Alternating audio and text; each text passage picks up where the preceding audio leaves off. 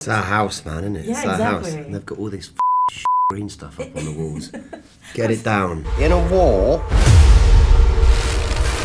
all suffer. Daemon had a different season too, tripping in Harrenhal and coming to terms with prophecy. But this season, he's a real wife guy. And there's an amazing line that he gives, which I also want on a t-shirt. I heard no ambiguity in my wife's statement. What is this new Daemon that we see this season? I mean, you'll have to ask them. It's not my doing. No, look, I think, obviously he's gone to Harrenhal and gone through something that is ostensibly quite profound for him, and he's sort of touched the gods in a way, and so comes back with a sort of renewed sense of clarity about war. But I think they're on a bit more of an even footing as a couple, certainly. Definitely, and in episode 2, there are 2 particular shots that are amazing moments between your characters. One is the hand-holding when entering the throne room. I found that shot really powerful.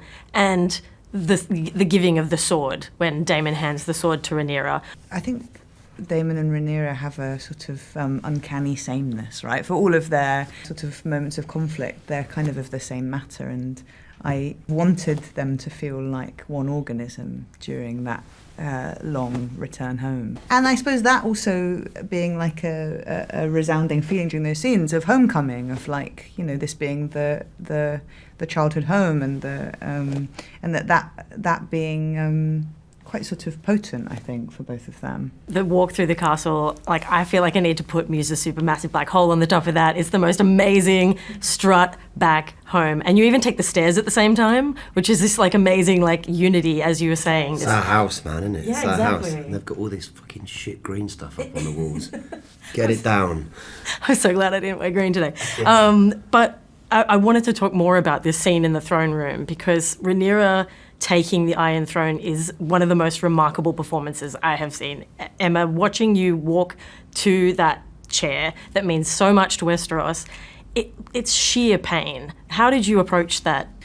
Well, that episode, I think, was just amazing on the page and very, very electric, and so I certainly kind of wanted to meet the bar that was set by Sarah, Ryan and the team. But I think my instinct was that this is where a political family, one's personal and political lives being so enmeshed, I think can be kind of so fruitful, because some of the, I guess, personal, professional boundaries that she has to cross in order to, to take her place and to take her crown, are important kind of identity thresholds, I think. And I wanted it to feel like a moment of personal reckoning. And I wanted to trouble the journey to the throne so much that by the time she gets there, the sort of the anticipated triumph is sort of robbed in that moment, and that actually there's something very sparse about it, especially kind of, I guess, under the gaze of Alicent, her former friend. And Alicent is in that political plot, she's really in it this season. But one of my favourite arcs of her character, specifically in episode 2, is that she wants redemption not only for herself, but for her daughter and her granddaughter. I wanted to take you through that scene where Alicent sort of needs to get Rhaenyra on side, up until the moment where she says that she wants to raise chickens. Yeah.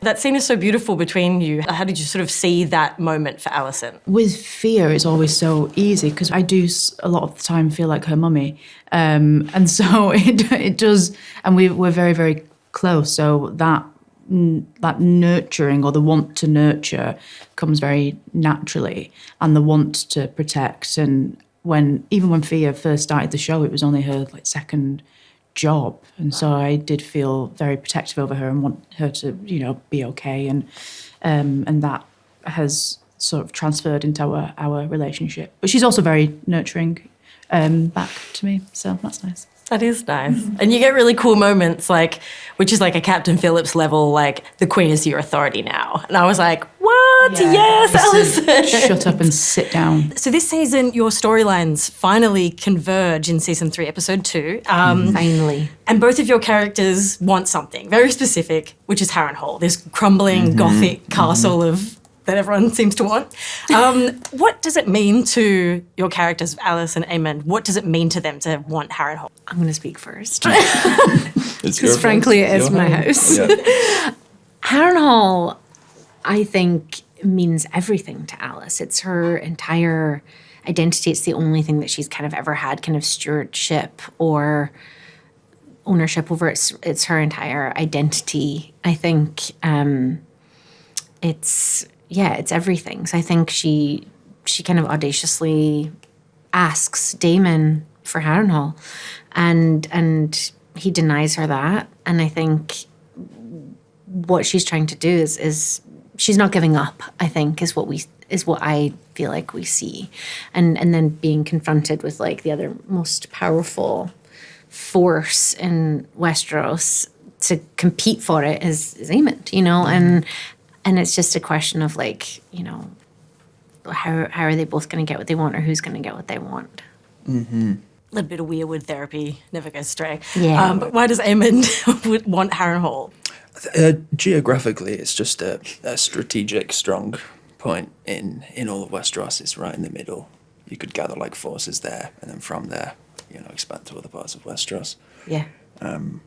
But yeah, whether or not you'll take a lodger, I'm not. Yeah, it's interesting because it's like that's a very like logical reason to have it, and my reasoning I feel like is so emotional, which is just an interesting convergence of things. Baela's sense of family broadens in episode 2. We get this amazing shot of 3 generations of Valyrians. I'm so sorry.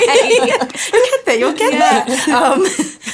But yeah, question. What was it like on the day to sort of put 3 generations of Valyrians together on a beach? It was so cool. It was so nice. And it was also just a little bit like, finally, you know, this kid has just been like desperate for family and for people that she can see herself in. And I feel like every role model that she's had up until now has been taken away from her. Yep. And it was actually so beautiful to get to see that in the flesh. And when we find that he's still alive and she's got this suddenly like huge new family and almost like a side of herself that she can choose to go into rather than feeling like she owes anyone anything. And it was just beautiful. And thinking about the prospect of her getting to know this side of herself and her grandfather, who she loves so much. And obviously at the end of season 2, we see her saying like, you know, I'm blood and fire, I'm not salt and sea. I think this season she's like, I'm salt and sea. It's one of the best visuals I've seen in Westeros. Okay. It was so beautiful. Can you take me through why this moment is so powerful for your characters? Oh man, I think it's one of those ones where in a show full of such family dysfunction, to see this unit, it just brings hope. Hope in this incredibly dark, burning show, you know? I think so, yeah. And I think also it's, for Corlys at least, it's the culmination of a journey from the moment in season 2 when his wife at the time said, he is your son and he needs to be raised up just like the others. From that moment, this point is an inexorable journey. He was always going to be here. And so when he finally says, I'm going to give you my name, I'm going to recognize you, that's such a big deal for him. And I think it's hopefully it has it certainly has a big impact on his sons, in fact. And hopefully for the audience, they too, having gone through that journey with these characters, they hopefully will feel the impact too. It's a huge step for Corlys, if you think about it. Because how old is Alyn? I'd say he's like, you know, sort of in his late 20s. All right, so for 25 plus years, Corlys has just ignored them. Probably seal them in the marketplace. For a long time. Yeah, I know who they are. Do you know what I mean? And it takes his wife to go, you can't do that. You know, and for him then to go, yeah, I was a terrible person to do that to these boys. I know I have to make amends. And I think that's the thing. It's like, you know, with Alyn, he's had to grow up without a father. He's had to almost be a father to Adam. He's had to be a man. Yeah, and yet to see his father. Exactly. And it's like he didn't have the privilege of childhood, right? I don't think he did, and that's why he is who he is. But then when he does cry for father, it's like that's the kid, you know? Yeah. Then we get Valyrians assemble. It means everything to Adam because his whole life, that's all he's ever wanted. That one shot that you saw has been Adam's dream since birth. He's always wanted to belong to a family. He's always wanted to be recognized by his father and his peers as being someone worthy of, taking notice of.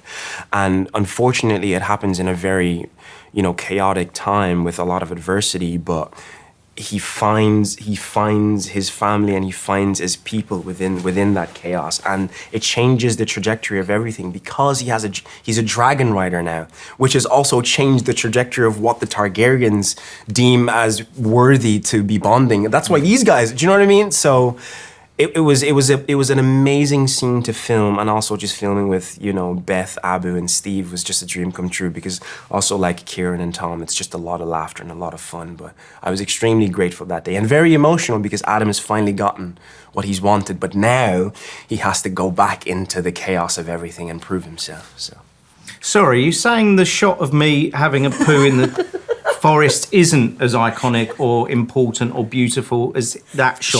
She said it was ours was a close second to yours. I think that's what she was one saying. of the exactly. Okay, Yeah, okay. like Just making sure. I just needed to clarify. If you were to print out stills of those two scenes, I have a and I think poster. they'd hold up. they would. I'd have My the goat. apologies. I'd have the I goat. think they- You pooing. I think they'd look right together. Absolutely. Everybody's watched you on the toilet.